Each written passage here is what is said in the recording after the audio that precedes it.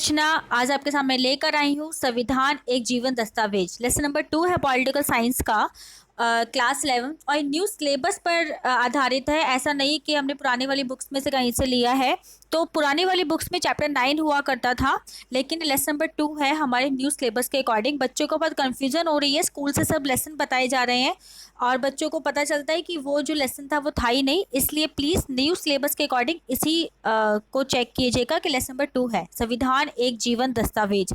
सबसे पहले हम बात करेंगे जीवंत क्या होता है। जीवंत का मतलब होता है जो जागती हुई चीज़ होती है, जो हमारे प्रश्न में हमेशा चलती रहती है, उसे हम बोलते हैं जीवन, उसे हम जीवंत बोलते हैं।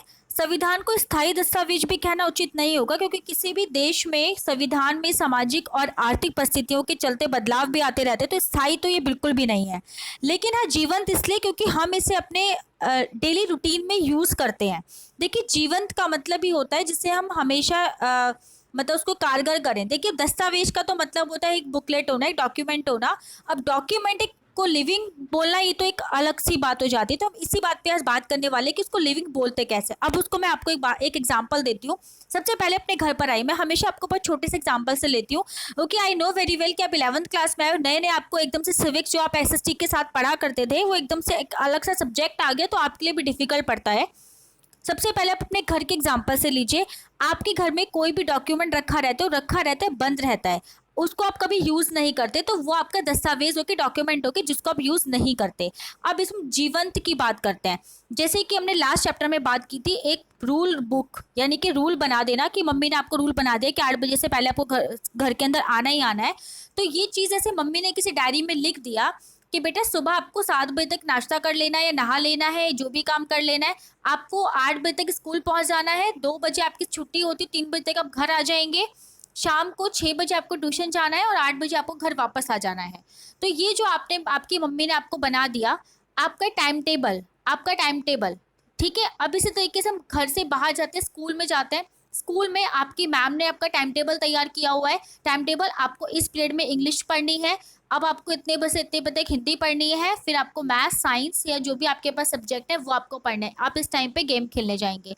तो वो जो आपका टाइम टेबल है और वो जो एक पेपर जो है वो आपका रेगुलर आप फॉलो उसको करते हो, तो ये आपका जीवंत दस्तावेज की तरह काम करता है। तो सेम आपका आपका संविधान भी होता है। उसी तरीके संविधान जो होता है वो भी आपका जीवंत की तरह काम करता है कि रेगुलर आप उस पर फॉलो कर रहे हैं। देखिए ऐसी बात नहीं कि जो हमारा संविधान बन गया एक बार बन गया, ऐसा बिल्कुल भी नहीं है। संविधान के अंदर कुछ कुछ चेंजेस टाइम टू टाइम आए हैं, जब ऐसा फील हुआ है कि इसमें कहीं ना कोई चेंज आना चाहिए। जैसे कि आपके घर में आपके रूल में भी आ जाता है, अगर आप कभी कभी आप संडे को लेट उठे हो तो मम्मा आज हम 7 बजे तक नहीं तैयार हो पाए, कोई बात नहीं, आप तैयार नहीं हो पाए, आप तैयार हो जाओ, नहा धो के आप ब्रेकफास्ट कर लो। अगर आप कभी कहीं लेट नाइट पार्टी में गए, लेट नाइट पार्टी यानी किसी की बर्थडे पार्टी कुछ है, तो आप घर में आते हुए 9 बज गए, तो आपकी मम्मा ने आपको कुछ भी नहीं कहा, ठीक है। ऐसे स्कूल में होता है, कहीं पे बहुत बारिश होती है तो आपको जैसे आउटडोर आप कोई क्लास नहीं ले पाते हो, जैसे आउटडोर अगर आपको कोई गेम का पीरियड था आप उसको फॉलो नहीं कर पाते, तो उस दिन उसमें कुछ और टीचर को भेज दिया जाता है। तो ये संशोधन हो गया। सेम हमारे संविधान में भी सेम होता है कि संविधान में भी जब कोई चीज़ हमें लगती है कि ये अकॉर्डिंग टू टाइम ये ठीक नहीं है, तो उसमें चेंजेस भी आते हैं। लेकिन हमारे संविधान में इतने इजीली चेंजेस नहीं आते हैं, इस बात का ध्यान रखिएगा। हमारे संविधान में चेंजेस लाने का एक बहुत ही एक प्रक्रिया है और बहुत लंबी प्रक्रिया चलती है। देखिए वो प्रक्रिया कोई सिंपल सी प्रक्रिया नहीं है। भारत में संघीय शासन व्यवस्था होने के कारण संविधान के सर्वोच्च होने के साथ साथ उसके संशोधन का तरीका भी जटिल रखा गया है। ऐसा नहीं कि जैसे मर्जी रख दो। संविधान में संशोधन साधारण कानून की तरह नहीं किया जा सकता, उसके लिए विशेष तरीका अपनाया गया है, जिसका वर्णन संविधान के अनुच्छेद 368 में किया गया है। ध्यान रखिएगा, अनुच्छेद 368 में हमारे संविधान के संशोधन की प्रक्रिया दी गई है। भारतीय संविधान में संशोधन का तरीका अमेरिका संविधान में शोषण करने जैसा कठोर बिल्कुल भी नहीं है। ये बात है कि देखिए हमारे उसमें जटिल माना गया पर इतना भी कठोर नहीं जैसे कि अमेरिका में है। और ब्रिटेन की तरह साधारण कानून पारित करने के तरीकों को अपनाकर भी संशोधन किया जा सकता है। उसके बाद हम बात करेंगे संविधान में संशोधन की प्रक्रिया किस तरीके से दी गई है।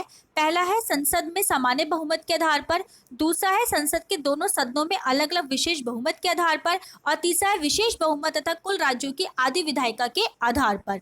तो ये तीनों के तीनों हम पढ़ेंगे। तो सबसे पहले हम बात करेंगे सामान्य कि सामान्य जो साधारण कह सकते हैं उसके बहुमत के आधार पर कैसे किया जाता है। तो हमारे जो साधारण बहुमत है, संविधान में कुछ प्रावधान अस्थायी प्रकृति के होते हैं, तो उसमें साधारण बहुमत की तरह हमारा हो सकता है। इनमें उन राज्यों के नाम में सीमाओं में कुछ बदलाव आया, राज्यों की सीमाओं में विस्तार करना है, विधान परिषद का गठन करना है या इसका भंग करना है, राष्ट्रपति, राज्यपाल, उच्च न्यायालय या उच्चतम न्यायालय के न्यायाधीशों के वेतन या भत्ते आदि में अगर कुछ चेंजेस करने होते हैं तो वो इसमें किए जा सकते हैं। और इसका प्रोसीजर क्या होता है, इसमें संसद के दोनों सदनों में उपस्थित उपस्थित सदनों की कुल संख्या या आधे से अधिक बहुमत किसी भी संशोधन के समय मिल जाती है। इसमें आपकी फर्स्ट लाइन में साफ साफ क्लियर लिया हुआ है, तो ये हमारा सामान्य की तरह हो जाता है। उसके बाद हमारा दूसरा होता है विशेष बहुमत। विशेष बहुमत कैसा होता है उसके बारे में बात करेंगे। विशेष बहुमत का मतलब ये होता है कि संसद के दोनों सदनों में 2/3 से अधिक बहुमत के आधार पर संशोधन करना होता है। इसमें क्या क्या चीजें आती हैं, देखिए सबसे पहले तो यह है कि इसमें 545 जो हमारे लोकसभा के सदस्य होते हैं वो विधेयक को सदन में कम से कम 275 सदस्यों का मत होना आवश्यक है। पहली बात तो ये आपको समझ में आई गई होगी। इसका प्रक्रिया कैसा होता है, इसका प्रक्रिया इस तरीके से होता है कि जैसे कि अमेरिका, रूस और दक्षिण अफ्रीका में प्रचलित है, जैसे कि अमेरिका में संशोधन के हेतु 2/3 बहुमत की आवश्यकता होती है, तो ऐसे हमारे भारत में भी यही चीज को किया गया है। तो हम ये कह सकते हैं कि इसमें क्या क्या चीज़ें होनी चाहिए। जैसे भारतीय संविधान में संशोधन प्रक्रिया लचीलेपन या कठोरता का मिला जुला रूप भी है। वैसे अभी तक हमारे देश में कितने ये क्वेश्चन बहुत इंपॉर्टेंट है, आपके एग्जाम में आता भी कि अब तक कितने संशोधन हो चुके हैं, तो कुल मिलाकर 100 जो संशोधन है हमारे हो चुके हैं। उसके बाद आता है हमारा विशेष बहुमत। विशेष बहुमत का जो प्रोसीजर है उसमें जैसे राष्ट्रपति का निर्वाचन, कार्यपालिका की सीमा, संघ के राज्य कार्यपालिका की सीमा, न्यायपालिका का संबोधन, जो भी संशोधन है उसमें इन चीज़ों का यूज होता है। तो इसमें हमारी कौन सी प्रक्रिया अपनाई गई है, इसके अंदर संविधान संशोधन विधेयक को संसद के दोनों सदनों में अलग अलग बैठकों में उनकी कुल संख्या के साधारण बहुमत और उपस्थित तथा मतदान करने वाले सदस्यों के 2/3 बहुमत से ये पारित होता है। और इसमें हम ये कह सकते हैं कि ये जो है पारित करने के बाद विधेयक राष्ट्रपति के पास न जाकर पहले राज्यों के विधान पालिकाओं के पास भेजा जाता है, और जब आधे राज्यों की विधान सभाएं उस पर अपनी मंजूरी दे दे तब वो राष्ट्रपति के हस्ताक्षर के लिए जाता है। तो अभी समझ सकते हैं कि राष्ट्रपति के हस्ताक्षर का तरफ एक फॉर्मेलिटी होती है, क्योंकि उसको पहले ही सब लोग पारित कर चुके होते हैं। तो इसके बाद हम करते हैं कि हमारे संविधान में कुछ ऐसी चीज़ें हैं, जैसे ना तो वो कठोर है ना वो ललित, चाहिए हमारी कुछ विशेषताएं आ जाती है, ना वो कठोर है ना वो लचीला है। अदालती फैसलों की बात करें तो संविधान को अमल करने के लिए, मतलब संविधान को अमल करवाने के न्यायपालिका बखूबी अपना भूमिका निभाती ही है। और ये किताब एक बंद बुक की तरह नहीं कि अगर आपने जब 10th पास कर दी तो सारी बुक्स को बंद कर दिया। ये डे बाय डे यूज़ करने वाली बुक है, कि जो आप स्कूल की डायरी आप 12th तक यूज़ करे जा रहे हो, या आपने कोई टाइम टेबल लाइफ में बना लिया उसको यूज़ किए जा रहे हो, या अपने घर के रूल फॉलो कर ले तो किए जा रहे हो, तो ये सब आपके संविधान ही की तरह आता है कि वो दस्तावेज ऐसा है कि जो आपको रेगुलर इसको मतलब इसको चेंज कर रहे हो या फिर इसको रेगुलर फॉलो कर रहे हो। अच्छा, उसके बाद है संविधान की रक्षा में न्यायपालिका की क्या भूमिका होती है। तो कई बार हम संसद और कार्यपालिका संविधान के कुछ अनुच्छेदों की व्याख्या करते हैं, तो उसमें कुछ स्थिति पैदा होती है जिसमें टकराव आता है। तो उस टाइम पे 42 संशोधन में ये हुआ था, जिसमें कि आपने गोलकनाथ का केस सुना ही होगा, बहुत इंपॉर्टेंट केस था। उससे पहले मैं आपको एक बात बता दूं कि कितने संशोधन अब तक हो चुके हैं, जो मैंने बता दिया कि 100 संशोधन हो चुके हैं और 101 अभी हुआ ही है, रिसेंटली हुआ है। जैसे 51 से 60 तक 8 संशोधन हुए थे, 61 से 70 तक 14 हुए थे, 71 तक 80 तक 22 हो चुके थे। उसके बाद 81 से 2000 तक आपके हुए थे 38। तो सबसे ज़्यादा इन 20 सालों में हुए थे, जो हम कह सकते हैं कि पूर्ण रूप से कांग्रेस की सरकार चल रही थी। उसके बाद 2001 से 2005 तक 10 हो गए थे, और 6 से 13 तक 6 हो चुके हैं। उसके बाद एक अभी संशोधन हुआ है, तो हम ये कह सकते हैं रिसेंटली 370 वाला, तो एक ये संशोधन हुआ है। तो हम ये कह सकते हैं कि अभी तक 101 संशोधन हो चुके हैं। मैं पीछे इसको करेक्ट करना चाहूँगी कि अब तक 100 नहीं 101 हुआ है, रियली वेरी सॉरी। अच्छा, उसके बाद जो हमारे मतभेद जो आते हैं उसके बारे में बात करेंगे कि जो मतभेद आए थे वो गोलकनाथ के केस में आए थे, उसमें उन्होंने ये बताया था कि आप संशोधन नहीं कर सकते प्रस्तावना में, लेकिन दूसरे में आया था कि प्रस्तावना में कुछ गड़बड़ है तो आप संशोधन कर सकते हैं। ये इंपॉर्टेंट क्वेश्चन है कि कितना संशोधन, कितनी बार संशोधन किया जा चुका प्रस्तावना में, तो सिर्फ और सिर्फ एक बार प्रस्तावना में संशोधन किया जा सकता है। 1969 में गोलकनाथ केस में उच्चतम न्यायालय ने एक निर्णय किया था कि जो संसद है संविधान में कोई ऐसा संशोधन नहीं कर सकती जिससे मौलिक अधिकारों का हनन हो। फिर उसके बाद दोबारा से एक केस हुआ था, उसमें फिर से एक आया था कि 1971 में 24वां जब संशोधन हुआ, उसमें एक और चीज़ कि किसी भी भाग में संशोधन करने का जो पूरा का पूरा श्रेय जाता है वो संसद को ही जाता है, क्योंकि संसद ही है वो पूरे संदेहों को दूर कर सकते हैं कि कहाँ पे क्या पे प्रॉब्लम आ रही है।